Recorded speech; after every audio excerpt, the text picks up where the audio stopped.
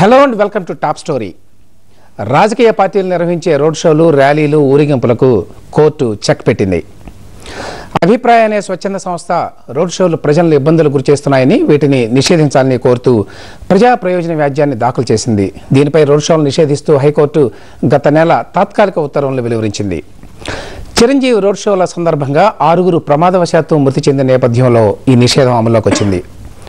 దీనిపై తాజాగా ప్రభుత్వం తరఫున డీజీపీ కోర్టుకు అందజేసిన నివేదిక రోడ్ షోలను, ర్యాలీలను పూర్తిగా నియంత్రించాలని కోరింది. ఈ నివేదికను అన్ని రాజకీయ పార్టీలకు అందించి వాటి అభిప్రాయాలను తెలుసుకోవాలని ఆదేశిస్తూ కేసును సోమవారానికి హైకోర్టు వాయిదా వేసింది. డీజీపీ నివేదిక కనుక కోర్టు ఆమోదం పొందితే రాష్ట్రంలో రాజకీయ పార్టీలు నిర్వహించే అన్ని రకాల ఆందోళన కార్యక్రమాలను పూర్తిగా నియంత్రించే అధికారం ప్రభుత్వానికి దఖలుపడుతుంది. ఈ అవకాశాన్ని అధికార పార్టీ ఉపయోగించుకొని ప్రతిపక్ష పార్టీలను ఎన్నికల సమయంలో నానా రకాలుగా విధించవచ్చనే అనుమానాలు ఉన్నాయి. అధికార కాంగ్రెస్, లోక్సత్తా పార్టీల మినహా మిగతా పార్టీలన్నీ నిషేధాన్ని ప్రజాస్వామ్యానికి గొడ్డల పెట్టుగా అభివర్ణిస్తున్నాయి.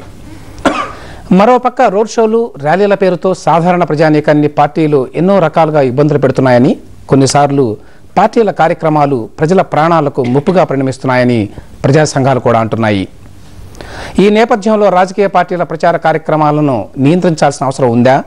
ఉంటే ఏ మేరకు ఈ నియంత్రణ ఉండాలి? ఇది ఇవాల్టి టాప్ స్టోరీ ఫోకస్.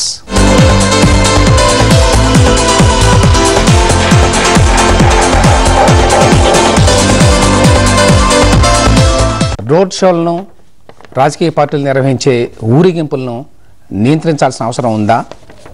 ఈ చర్చలో పాల్గొనేందుకు తెలుగుదేశం పార్టీ తరఫున ఆ పార్టీ ఎమ్మెల్సీ రేవంత్ రెడ్డి గారు మా స్టూడియోలో ఉన్నారు. అలాగే ప్రభుత్వం, కోర్టు ఏమంటున్నాయో చెప్పడానికి శాసనసభ న్యాయ సలహాదారు జంధ్యాల రవిశంకర్ గారు కూడా మా స్టూడియోలో ఉన్నారు. అలాగే ప్రజారాజ్యం పార్టీ తరఫున ఆ పార్టీ నాయకులు గౌతమ్ గారు కూడా మన స్టూడియోలో ఉన్నారు. ముందుగా రేవంత్ రెడ్డి గారు, మీ పార్టీ ఈ వైఖరిని పూర్తిగా వ్యతిరేకిస్తోంది. మొదటి నుంచి రోడ్ షోలు, లేకపోతే ఇటు ఊరేగింపులు, ర్యాలీలు, బహిరంగ సభలు ఇవన్నీ ఉండాలి అని. అయితే దీని మీద ఎంతో కాలంగా ప్రజల నుంచి, కొన్ని వర్గాల నుంచి, ప్రజా సంఘాల నుంచి కొంత వ్యతిరేకత ఉంది. వీటి వలన ప్రజలకు తీవ్రంగా నష్టం జరుగుతోంది, చాలామంది ఇబ్బందులు గురవుతున్నారని. ఈ నేపథ్యంలో కోర్టు ఈ ఉత్తర్వులు జారీ చేసింది. అయినా మీరు ఎందుకు వ్యతిరేకిస్తున్నారు? ఇప్పుడు ఈ దేశానికి స్వాతంత్రం వచ్చిన 60 సంవత్సరాలు పైబడ్డ తర్వాత ఈరోజు ఈ అంశం చర్చకు వచ్చింది.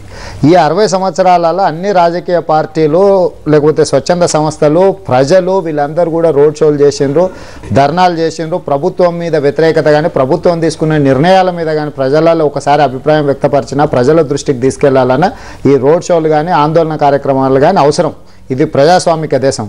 ప్రజాస్వామిక దేశంలో ప్రజల ప్రాథమిక హక్కు తాము నిరసన తెలపడం కానీ, ప్రభుత్వం దృష్టికి నిరసన ద్వారా ఆ విషయాన్ని తీసుకెళ్లడానికి ఉపయోగించుకునే వేదిక ఇది. కాబట్టి ఈరోజు గతంలో ఇన్ని ప్రభుత్వాలు ఉన్నప్పుడు రానంత ఇబ్బంది ఈ ప్రభుత్వం వచ్చిన తర్వాత రోడ్ షోల వల్ల కానీ, ధర్నాల వల్ల కానీ వస్తుందనే చర్చ ఎక్కువ జరుగుతుంది. దీనికి ముఖ్యమైన కారణం ఈ రాష్ట్ర ముఖ్యమంత్రి గారు అనుకోండి, కాంగ్రెస్ పార్టీ నాయకులు అనుకోండి, ఈ పోలీస్ వ్యవస్థను నిర్వీర్యం చేసి వాళ్ళ సొంత అవసరాలకు ఉపయోగించుకుంటారు.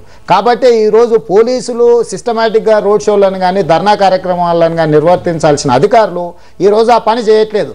కాబట్టి కొన్నిసార్లు ట్రాఫిక్ జామ్ అవ్వడమో, లేకపోతే ఇతర సామాన్య ప్రజలకు ఇబ్బంది కలిగి ఉండదు. ప్రభుత్వ నిర్వహణ సరిగ్గా లేకపోవడం వల్ల ప్రజలకు ఇబ్బందులు కలుగుతున్నాయి కానీ ఈ సభల మూలంగా కాదంటారు. సభల మూలంగా కాస్త ఇబ్బంది ఉంటే ఉండొచ్చు, కానీ ప్రభుత్వ అధికారులు, ముఖ్యంగా పోలీస్ వ్యవస్థ సక్రమంగా ప్రవర్తిస్తే, సక్రమంగా వాళ్ళ డ్యూటీలు వాళ్ళు నెరవేరుస్తే తప్పకుండా ప్రజలకు సౌకర్యం కలిగియొచ్చు. అవసరమైతే ట్రాఫిక్ డైవర్ట్ చేయొచ్చు. లేదు అంటే ఒక పెద్ద రోడ్లో, ఒక 100 ఫీట్ రోడ్లో ఒకవేళ ధర్నా కార్యక్రమం చేపడితే ఒక 30 ఫీటో 40 ఫీటో ట్రాఫిక్ క్లియరెన్స్ ఇచ్చి మిగతా ప్రాంతంలో రోడ్ షోలు చేసుకునే అవకాశాన్ని కల్పించవచ్చు. కానీ ఇక్కడి ప్రభుత్వానికి, ముఖ్యంగా మరీ రాజశేఖర రెడ్డి గారు ముఖ్యమంత్రి అయిన తర్వాత ఈ రాష్ట్రంలో ఆయన అవినీతి కానీ, అక్రమాలు కానీ పెరిగిపోయినాయి.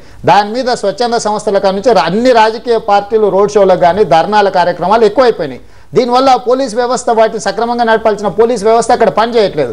కాబట్టి ప్రజలకు నిజంగా సమస్య మూలం అక్కడ ఉంది, నిజంగా ప్రజలకు ఇబ్బంది కలిగినట్టుంది. కాబట్టి ఈ చర్చ మొదలైంది. రేవంత్ రెడ్డి గారు మీరు చెప్పండి, తులసిరెడ్డి గారు చెప్పిన దానికి. ఇప్పుడు తులసిరెడ్డి గారు ఏమనుకుంటున్నారంటే వాళ్ళు శాశ్వతంగా అధికారంలో ఉంటాం అనుకుంటున్నారు. వాళ్ళు ప్రతిపక్షానికి వచ్చినప్పుడు వాళ్ళకి తెలుస్తుంది బాధ ఏంటో. ప్రభుత్వం తీసుకున్న విధానాల మీద నిరసన తెలపడానికి ఇది సామాన్య పౌరులకు ఇచ్చే ప్రాథమిక హక్కు. ఆ హక్కును కాలరాస్తుండ్రు. రెండో పాయింట్ ఏంటంటే ప్రభుత్వం ఇప్పుడు అంటే ఆ ఇచ్చిన ఆర్డర్స్లోనే నేను మళ్ళీ చదివాను, డీజీపీ గారు కోర్టుకి అఫిడవిట్ ఫైల్ చేసిండ్రు సమ్ సర్టన్ గైడ్ లైన్స్ మీద. ఈ రోజు నేను ముఖ్యంగా అడుగుతున్నాను తులసిరెడ్డి గారిని, ఒక ప్రభుత్వంలో ఉండే ఒక అధికారి రాజకీయ పార్టీలు ఈ రాష్ట్రాన్ని పరిపాలించాల్సిన నాయకులు కానీ రాష్ట్ర ప్రజల బాగోగులు చూడాల్సిన నాయకులకు సంబంధించి రాజకీయ పార్టీలకు సంబంధించిన విధి విధానాలను డీజీపీ గారు ఎవరితో చర్చించి ఆ కౌంటర్ ఫైల్ చేశారు? దీనికి ప్రభుత్వంలో ఉన్న పెద్దలు సమాధానం. రేవంత్ రెడ్డి గారు, ఇప్పుడు మన చట్టాల్లో కూడా ఆల్రెడీ రీజనబుల్ రెస్ట్రిక్షన్స్ ఉండాలి. సామాన్యులకు ఇబ్బంది కలిగితే దాని మీద కొన్ని నియంత్రణ విధించేటువంటి అధికారం ప్రభుత్వాలకు ఉన్నది, ఆల్రెడీ ఉన్నది ఇంతకుముందు నుంచి. అయితే ఇటీవల కాలంలో బహుశా రాజకీయ పార్టీలు ఎక్కువ అవడం వల్ల కానివ్వండి, లేకపోతే మీరు అన్నట్టు ఎక్కువగా బహిరంగ సభలు ర్యాలీలు ఇవన్నీ ఈ మధ్యకాలంలో ఎక్కువ అవడం వల్ల ప్రజల్లో దీని మీద వ్యతిరేకత కొంత ఉన్నది. ఆ వ్యతిరేకతే బహుశా ఈ కేసుల్లో కూడా రిఫ్లెక్ట్ అవుతుంది. దీన్ని దృష్టిలో పెట్టుకొని ఈ రకమైనటువంటి రెస్ట్రిక్షన్స్ ఉండాలా వద్దా? ఇప్పుడు మేము అనేది ఒకటే అండి, కోర్టుకి వెళ్ళిన స్వచ్ఛంద సంస్థ ప్రజెంట్ చేసిన ఇష్యూ ఒక పాయింట్ అయితే, ప్రభుత్వం ప్రజెంట్ చేస్తున్న పాయింట్ ఇంకొకటి. ఇంతకుముందు తులసిరెడ్డి గారు ఒక మాట చెప్పిండ్రు, రోడ్ షోలో బెనజీర్ భుట్టో గారు చనిపోయారు కాబట్టి నిషేధిస్తే బాగుంటుందని. కానీ బహిరంగ సభలో కిర్చేశులు రాజీవ్ గాంధీ గారు చనిపోయారు అంటే రెండో లైన్లోకి వస్తే వాళ్ళు బహిరంగ సభలు కూడా నిషేధించమని చెప్పేటట్టుగా అనిపిస్తున్నది ఇప్పుడు వాళ్ళకం చూస్తుంటే. మూడో పాయింట్, వీళ్ళకు అర్థం చేసుకోవాల్సిన అవసరం ఏమున్నదంటే, ప్రజాస్వామ్యంలో ప్రాథమిక హక్కును కాల రాసే హక్కు ఎవరికీ లేదు. కోర్టు ఒకవేళ కన్విన్స్ అయ్యి గైడ్ లైన్స్ ఇవ్వడం వేరు. ప్రజల ప్రాథమిక హక్కులు ముఖ్యం అండి, తర్వాత సంస్థలకి రాజకీయ పార్టీలకి. నేను ఇక్కడ చెప్తున్నది కూడా అదే, ప్రజల ప్రాథమిక హక్కు. అంటే కొంతమంది వ్యక్తులు ప్రభుత్వంలో ఉన్న వ్యవస్థ అంటే పోలీస్ వ్యవస్థ కానీ ఇతర వ్యవస్థలు కానీ సక్రమంగా పనిచేయనప్పుడు ఒకవేళ సామాన్య ప్రజలకు ఇబ్బంది కలిగి ఉండొచ్చు, కలగలేదని నేను చెప్పట్లా. వాటిని సరిగైన విధంగా పనిచేయాల్సిన బాధ్యత ప్రభుత్వం మీద ఉన్నది. ఇక రెండో పాయింట్ ఏంటంటే, ప్రభుత్వం ఒకవేళ కోర్టులు కానీ ఈ ప్రభుత్వం ఇలాంటి అఫిడవిట్లు వేసి ప్రాథమిక హక్కులను కాల రాస్తే ప్రజలు తీవ్రవాదం వైపు వెళ్తారు. ఎందుకంటే నిజమైన రెడ్డి గారు, ఇది అన్ని పార్టీలకు వర్తిస్తుంది కాబట్టి మీరు దీన్ని ఎందుకు సహేతుకమైన ఆంక్షలు ఉంటే నష్టం ఏంటి? ఇప్పుడు రవిశంకర్ గారు చెప్పినట్టు చెప్తే ఇంకా మనుషులు బయటకు రావడం అనవసరం. వాళ్ళకి రక్షణ ఉండాలంటే ఇంట్లో ఉండి తాళాలు వేసుకొని ఇంట్లో ఉంటే సేఫ్గా ఉండొచ్చు. అంటే తను చెప్పేది ఆ విధంగా ఉంది. ప్రజలు రోడ్ల మీదకి వచ్చి వాళ్ళ విధులు నిర్వర్తిస్తూ ఉండి వీళ్ళకు ఉద్యోగాలు ఇచ్చినందుకు వీళ్ళు చేయాల్సిన బాధ్యతలు వీళ్ళు సక్రమంగా నెరవేర్చినప్పుడు సామాన్యులకు ఇబ్బంది ఉండదు. వీళ్ళు రోడ్ల మీదకి వచ్చినప్పుడల్లా మాకు ఇబ్బంది ఉంటుంది కాబట్టి మీరు ఇంట్లో ఉండండి అనే విధంగా ఉండాల్సిన అవసరం లేదు. రెండోది, ప్రజలకు ప్రభుత్వానికి రాజకీయ పార్టీలకు అందరికీ సంబంధించిన అంశం అయినప్పుడు ముఖ్యమంత్రి గారే పిలిచి ఒక రివ్యూ చేసి అధికారులందరినీ కూడా పిలుచుకొని ఒక చీఫ్ సెక్రటరీని, డీజీపీని, అడ్వకేట్ జనరల్ని అందరినీ కాల్ చేసి నిజానికి దీని మీద అఖిలపక్షం పెడతామని అన్నారు. అఖిలపక్షం ఇంకా ఎందుకు పెట్టలేదని ఇవాళ బీజేపీ పార్టీ నాయకులు దత్తాత్రేయ గారు కూడా ఇక్కడ ఇంకొక పాయింట్ అండి. ఈ రోజు డీజీపీ గారు ఆల్రెడీ అక్కడ కౌంటర్ ఇచ్చేసిండ్రు. కౌంటర్ మీద అడ్వకేట్ జనరల్ గారు ఆర్గ్యుమెంట్ కూడా చేయడం జరిగింది. ఇవన్నీ అయిపోయిన తర్వాత కోర్టు చెప్పిన తర్వాత ఇప్పుడు మళ్ళీ అడ్వకేట్ జనరల్ గారు చెప్తున్నారు, ముఖ్యమంత్రి గారు ఆలోచన చేస్తున్నారు అఖిలపక్షం పిలవడానికని. ఇక్కడ 2 కాంట్రడిక్టరీ స్టేట్మెంట్స్ ఇస్తుంది అడ్వకేట్ జనరల్ అనుకోండి, డీజీ అనుకోండి. డీజీ ఒక సైడ్ గైడ్ లైన్స్ ఫిక్స్ చేయండి, ఫ్రేమ్ చేయండి అని ఒక సైడ్ చెప్తున్నాడు, ఇంకో సైడ్ ముఖ్యమంత్రి గారు అఖిలపక్షాన్ని పిలుస్తారు అంటున్నారు. రేపు అఖిలపక్షంలో వేరే అయిపోయిందండి.